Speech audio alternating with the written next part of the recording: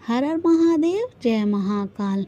यदि आपको धन प्राप्ति में समस्या आ रही है, धन प्राप्त नहीं हो पा रहा है, धन की वजह से आपके सारे काम रुक रहे हैं, तो आप धन प्राप्ति के लिए शुक्रवार के दिन ये उपाय अवश्य करें। गुरुजी ने कहा है शुक्रवार के दिन करने वाला यह सबसे अचूक उपाय है।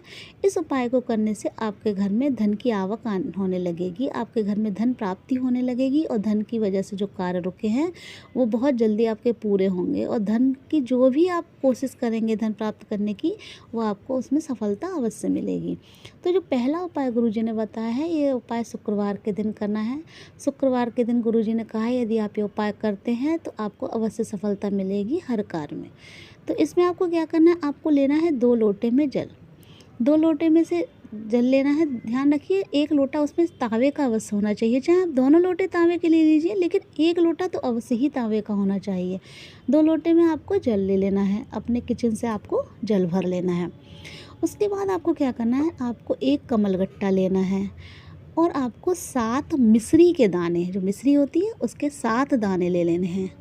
अब आपको क्या करना है, आपको 1 लोटे में मिश्री डालनी है। 1 लोटे में मिश्री डाल लेनी है, तांबे वाले लोटे में आपको मिश्री डालनी है। और उसके बाद ये जो लोटा है, दोनों लोटे लेकर आपको जाना है आपको जाना है आंवले के पेड़ के नीचे। आंवले के पेड़ के नीचे जाकर आपको ये जो जल है जिसमें आपने मिश्री डाली है, वो जल आपको आंवले के वृक्ष में समर्पित कर देना है हरिहर भगवान का नाम लेकर।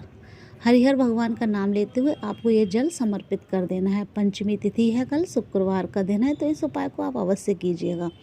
जब आप समर्पित करें तो लगातार हरिहर भगवान का नाम लेते रहें और अपनी जो भी मनोकामना है वो भगवान से प्रार्थना कीजिएगा। और उसके बाद आपको क्या करना है, अब आपका 1 लोटा खाली हो गया जिसमें आपने मिश्री डाली थी। अब आपके पास रह गया 1 लोटा जल और 1 कमलगट्टा। अब इसे लेकर आपको पहुंचना है शिवालय, यानी शिव मंदिर पहुंचना है।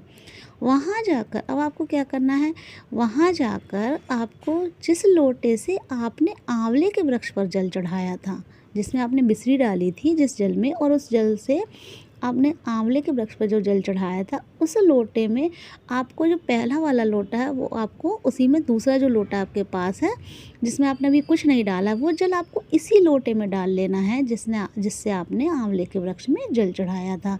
यानी जो दोनों जगह जल आपको जो चढ़ाना है, एक ही लोटे से चढ़ाना है। अब आपने वो वाला जल डाल लिया इसमें, और उसमें डाल लेना है आपको कमलगट्टा उस जल में। और वो जो जल है जिसमें आपने अब कमलगट्टा डाला है, और ये जो जल है कमलगट्टे वाला, आपको शिवलिंग के ऊपर समर्पित कर देना है। समर्पित करते समय आपको हरिहर महादेव के नाम का स्मरण करना है, लगातार श्री शिवाय नमस्तम का स्मरण करना है और आपकी जो भी मनोकामना है उसके लिए भगवान से प्रार्थना करनी है। गुरुजी ने कहा है यदि आप ये उपाय करते हैं शुक्रवार के दिन, 1 लोटे से ही आपको दोनों जगह जल चढ़ाना है। बस ये ध्यान रखिए, लोटे तो आपको 2 लेकर जाने हैं जल के, लेकिन आपको 1 ही लोटे से दोनों जगह जल चढ़ाना है। आंवले के वृक्ष पर आपको मिश्री डालकर जल चढ़ाना है और शिवलिंग के ऊपर आपको कमलगट्टा। बस ये ध्यान रखिए, सूर्य अस्त से पहले पहले आपको ये उपाय करना है, क्योंकि सूर्य अस्त के बाद आपको जल नहीं चढ़ाना है आंवले के वृक्ष के पास जाकर। तो ये उपाय करते हैं तो देखिएगा आप, कुछ ही दिनों में आपको फ़र्क महसूस होगा। आप जो धन प्राप्ति का प्रयास कर रहे हैं उसमें आपको सफलता अवश्य मिलेगी। एक दूसरा उपाय गुरुजी ने बताया, ये उपाय भी बहुत ज़्यादा खास है, बहुत ज़्यादा प्रभावशाली है। इस उपाय को भी करते हैं तो आपकी जो भी परेशानियां हैं, जो भी संकट हैं, विपत्तियां आपके जीवन में आ रही हैं, लगातार आप दुखों से परेशान हो गए हैं, तो सारे दुख बाबा ज़रूर हर लेंगे। इस उपाय में आपको क्या करना है, आपको लेना है 1 लोटा जल। अपने किचन से आपको जल भर लेना है, क्योंकि जब आप किचन से जल लेते हैं, अपने पीने का जहाँ पानी रखते हैं, उससे आपके जो पितृ होते हैं वो प्रसन्न होते हैं। तो आपको हमेशा पूजा के लिए जल चढ़ाने के लिए किचन से ही जल लेना है। तो आपको अपने किचन से पीने के पानी जहाँ रखते हैं वहाँ से 1 लोटा जल ले लीजिए। 1 लोटा जल ले लीजिए। 1 चावल का दाना ले लीजिए। चावल का जो दाना है वो खंडित नहीं होना चाहिए, यानी टूटा नहीं होना चाहिए।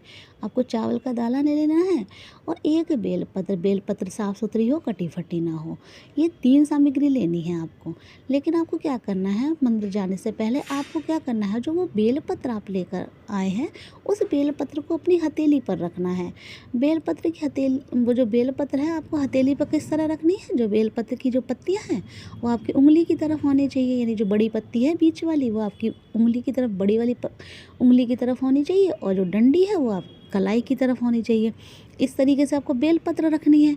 और उस बेलपत्री के ऊपर जो बीच वाली पत्ती है बड़ी वाली, उस पर आपको वो एक चावल का दाना रख लेना है हाथ पर। घर में ही अभी ये करना है आपको। फिर उसके बाद आपने हथेली के ऊपर बेलपत्र रखी, बेलपत्र की जो बड़ी वाली बीच वाली पत्ती होती है उस पर एक चावल का दाना रखिए। तुम रूका जी का नाम लीजिए, ध्यान रखिए तुम रूका जी का आपको नाम लेना है। और पूरे घर में आपको इसी तरीके से हाथ पर हथेली पर वो बेलपत्र और चावल का दाना लेकर घूमना है। घर के हर कोने में, किसी भी बस अशुद्ध जगह आप ना जाइए, लेकिन अपने घर के कोने में, आंगन में, जो भी जितने भी कमरे हैं वहाँ आपको लेकर घूमना है उस बेलपत्र को, और तुम रूका जी का नाम का स्मरण करना है। फिर उसके बाद आपको क्या करना है, आपको एक लोटा जल लेना है, उस पर आपको उसी हाथ ले पर रख लेना है जिस पर आपने बेलपत्र रखी है, और जाना है शिवालय। वहाँ जाकर आपको वो जल समर्पित कर देना है श्री शिवाय नमस्तुभ्यम का जाप करते हुए। फिर एक चावल का दाना जो आप लेकर गए उसे उठाना है और शिवलिंग के ऊपर तुम रूकेश्वर महादेव के नाम का स्मरण करते हुए आपको चढ़ा देना है। और उसके बाद वो बेलपत्र भी आपको समर्पित कर देनी है उसी चावल के दाने पर। गुरुजी ने कहा है शुक्रवार के दिन यदि आप ये उपाय कर लेते हैं तो आपके जीवन में जो भी संकट आ रहे हैं, जो भी परेशानियां आ रही हैं, जो भी तकलीफ़ें हैं, वो धीरे धीरे समाप्त होने लगेंगी। या जिसकी वजह से आप बहुत ज़्यादा परेशान हैं किसी वजह से, अपने बच्चों की वजह से, तो उनमें भी सुधार आएगा और आपके घर में जो भी नकारात्मकता है वो सब समाप्त हो जाएगी। तो ये 2 उपाय हैं गुरुजी ने बताए हैं शुक्रवार के दिन करने को। तो आप इन उपायों को अवश्य कीजिएगा। यदि वीडियो अच्छी लगी है तो कमेंट में हर हर महादेव अवश्य लिखिए।